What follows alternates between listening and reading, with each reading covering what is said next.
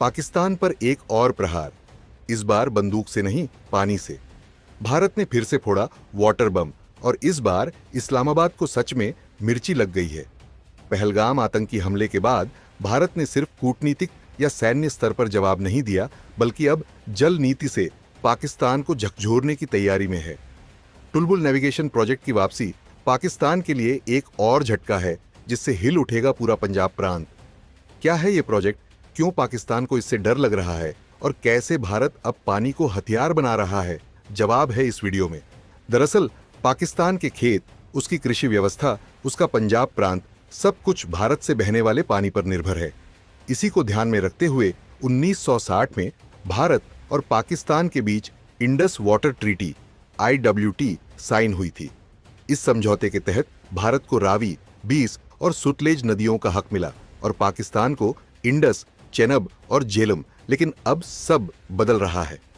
पहलगाम आतंकी हमले के बाद भारत ने इस IWT को सस्पेंड कर दिया है और अब उसी के तहत एक और बड़ा फैसला, टुलबुल नेविगेशन प्रोजेक्ट को फिर से शुरू करने की तैयारी। चलिए जानते हैं कि क्या है टुलबुल नेविगेशन प्रोजेक्ट। दरअसल टुलबुल प्रोजेक्ट जम्मू कश्मीर के सोपोरे इलाके में वुलार लेक के मुहाने पर बनने वाला एक कंट्रोल्ड स्टोरेज प्रोजेक्ट है। 1984 में शुरू हुआ, लेकिन पाकिस्तान के विरोध के चलते 1987 में रोक दिया गया। इसका मकसद झेलम रिवर में लीन सीजन के दौरान भी नाव चलाने लायक पानी बनाए रखना था, मतलब 4.5 फीट की ड्राफ्ट। इससे श्रीनगर से बरमुला तक जल परिवहन शुरू हो सकता था। इसके अलावा डाउनस्ट्रीम पावर प्रोजेक्ट्स जैसे यूरेआई और उरी आई को स्थायी जल आपूर्ति मिल सकती थी। एक तरह से यह प्रोजेक्ट पानी के माध्यम से व्यापार, बिजली, कनेक्टिविटी और सामरिक ताकत सब कुछ साथ लाता है। टुलबुल प्रोजेक्ट से भारत को होंगे कई लाभ हैं।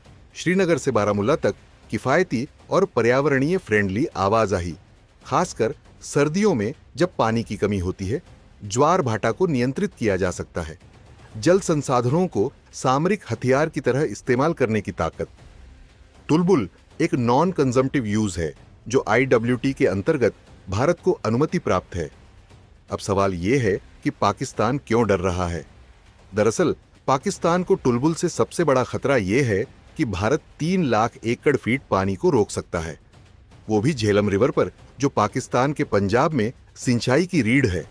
पाकिस्तान डरता है कि भारत स्ट्रेटेजिक टाइम पर, जैसे बुवाई के सीजन में, पानी का बहाव रोक सकता है।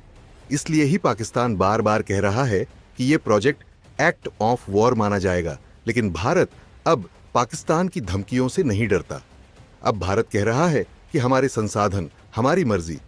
टुलबुल प्रोजेक्ट अब जम्मू कश्मीर की राजनीति का भी नया मैदान बन चुका है। मुख्यमंत्री ओमर अब्दुल्ला ने IWT को इतिहास की सबसे बड़ी गलती बताया।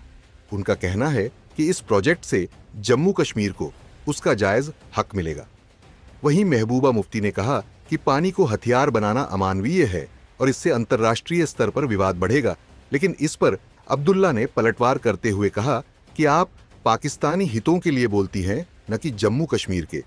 कह सकते हैं कि टुलबुल अब केवल तकनीकी नहीं, बल्कि राजनीतिक और रणनीतिक मुद्दा बन गया है। खैर, पिछले कुछ सालों में चीन ने भी ब्रह्मपुत्र पर बांध बनाकर भारत पर दबाव बनाया है।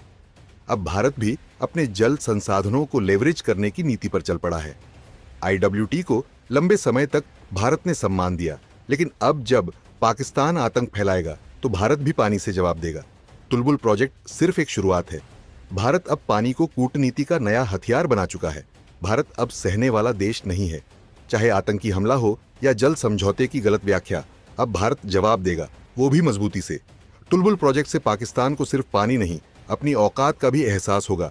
और एक बात याद रखो कि जब भारत जागता है तो पूरी दुनिया हिलती है।